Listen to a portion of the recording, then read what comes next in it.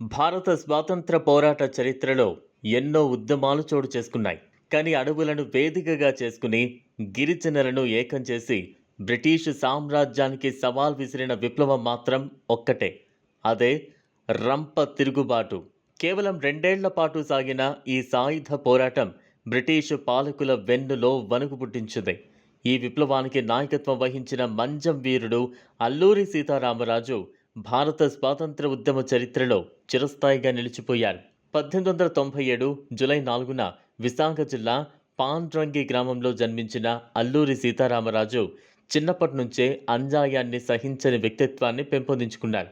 భీమవరం, రాజమండ్రి, పిఠాపురం, విశాఖపట్నం తదితర ప్రాంతాల్లో విద్యాభ్యాసం చేశారు. కేవలం 15 ఏళ్ల వయసులోనే బ్రిటిష్ పాలనలో జరుగుతున్న దౌర్జన్యాలను గమనించిన ఆయన, ముఖ్యంగా మంజం ప్రాంతంలోని గిరిజనుల దుస్థితిని చూసి తీవ్రంగా కలత చెందారు. బ్రిటిష్ అధికారులు గిరిజనుల జీవనాధారమైన పోడు వ్యవసాయాన్ని నిషేధించారు. అడవుల్లో తేనె, వెదురు, ఇతర అటవీ ఉత్పత్తులు సేకరించకుండా అడ్డుకున్నారు. కూలీలతో వెట్టి చాకిరీ చేయిస్తూ సరైన కూలీ కూడా చెల్లించకుండా చిత్రహింసలకు గురిచేశారు. ఈ అన్యాయాలపై అల్లూరి అధికారులకు ఫిర్యాదు చేసినా స్పందన లేకపోవడంతో పోరాటమే మార్గమని నిర్ణయించుకున్నారు. ఏజెన్సీ ప్రాంతాల్లో తిరుగుతూ గిరిజనుల్లో చైతన్యం నింపారు. మద్యం, చెడు అలవాట్లకు దూరంగా ఉండాలని బోధించారు. గెరిల్లా యుద్ధ విధానాలు నేర్పి గాము గంటం దొర, గాము మల్లు దొర, ఎండుపడాల్, ఎర్రేసు వంటి వీరులతో కలిసి సాయుధ దళాన్ని ఏర్పాటు చేశారు.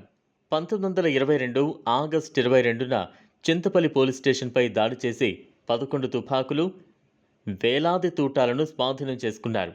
మరుసటి రోజు కృష్ణదేవిపేట, ఆ తర్వాత రాజవమ్మంగి పోలీస్ స్టేషన్లపై దాడి చేసి మరిన్ని ఆయుధాలను స్వాధీనం చేసుకోవడంతో బ్రిటిష్ అధికారులు ఒక్కసారిగా ఉలిక్కిపడ్డారు. అల్లూరి ధైర్య సాహసాలకు మరో ఉదాహరణ అడ్డతీగల రంపచోడవరం పోలీస్ స్టేషన్లపై దాడులు. ఆశ్చర్యకరమైన విషయం ఏంటంటే, తాను ఎక్కడ దాడి చేయబోతున్నానో ముందుగానే బ్రిటిష్ అధికారులకు సమాచారం ఇచ్చేవారు. అయినప్పటికీ ఆయనను అడ్డుకునే ధైర్యం వారికి ఉండేది కాదు. దీంతో అల్లూరి పేరు మంజమంతటా ఒక లెజెండ్గా మారిపోయింది. అయితే బ్రిటిష్ ప్రభుత్వం ప్రత్యేక బలగాలను రంగంలోకి దించి ఉద్యమాన్ని అణిచివేయడానికి తీవ్ర ప్రయత్నాలు చేసింది. పెద్దగడ్డపాలెం వద్ద జరిగిన ఎదురుకాల్పుల్లో అల్లూరి అనుచరులు పలువురు అమరులయ్యారు. అయినప్పటికీ ఆయన వెనక్కు తగ్గలేదు. కొంతకాలం అజ్ఞాతంలో ఉన్న తర్వాత 1923లో అన్నవరం, శంఖవరం ప్రాంతాల్లో ప్రత్యక్షమై మరోసారి బ్రిటిష్ అధికారులకు సవాల్ విసిరారు. చివరకు 1924లో మంజానికి కలెక్టర్గా వచ్చిన రూథర్ఫర్డ్ అమానుష చర్యలకు దిగాడు. గిరిజనులను చిత్రహింసలకు గురిచేస్తూ అల్లూరి ఆచూకీ కోసం వేట ప్రారంభించాడు.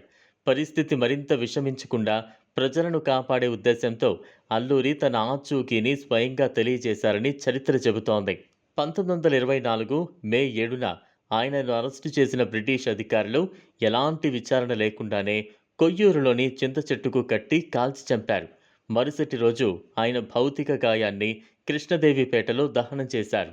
అల్లూరి సీతారామరాజు జీవితం కేవలం ఒక వ్యక్తి పోరాటం కాదు, అది గిరిజనుల ఆత్మగౌరవానికి ప్రతీక.